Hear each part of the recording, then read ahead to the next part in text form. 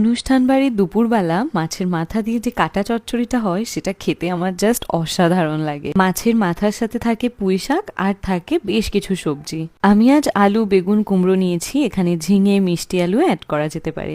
মাছের মাথায় নুন হলুদ মাখিয়ে মাথাগুলোকে একটু কড়া করে ভেজে নেব। কাতলা মাছের মাথা দিয়ে করলে সব থেকে বেশি স্বাদ হতো, তবে আমি আজ রুই মাছের মাথা দিয়েই করেছি। ঠিক অনুষ্ঠান বাড়ির দুপুরের ওই স্বাদটা আনার জন্য প্রত্যেকটা সবজিকে আলাদা আলাদা করে তেলে ভেজে নিতে হবে। তোমরা চাইলে প্রত্যেকটা সবজি একবারেও ভাজতে পারো। এবার আরো কিছুটা তেল অ্যাড করে 5 ফোড়ন, শুকনো লঙ্কা আর কিছু থেতো করা রসুন দিয়েছি। এতে না স্বাদটা দারুণ হয়। এবার একটা বাটিতে হলুদ গুঁড়ো, জিরে গুঁড়ো আর ঝাল লঙ্কার গুঁড়ো দিয়ে অল্প জল দিয়ে এভাবে গুলিয়ে নিয়েছি। এবার ভেজে নেওয়া পেঁয়াজের মধ্যে দিয়ে কয়েক টুকরো টমেটো দিয়েছি, ভালো করে কষিয়ে দিয়ে দিয়েছি পুঁই শাকের ডাঁটাগুলো আর শাকগুলো। ঢাকা চাপা দিয়ে জল বেরোনো অব্দি ওয়েট করেছি। তারপর ভেজে রাখার সবজি, চেরা কাঁচা লঙ্কা আর স্বাদ মতো নুন দিয়ে সমানে নাড়িয়ে যেতে হবে। মাঝে একবার ঢাকনা খুলে ভেজে রাখা মাছের মাথাগুলোকে টুকরো করে ভেঙে আরো কিছুক্ষণ রান্না করে নিয়েছি।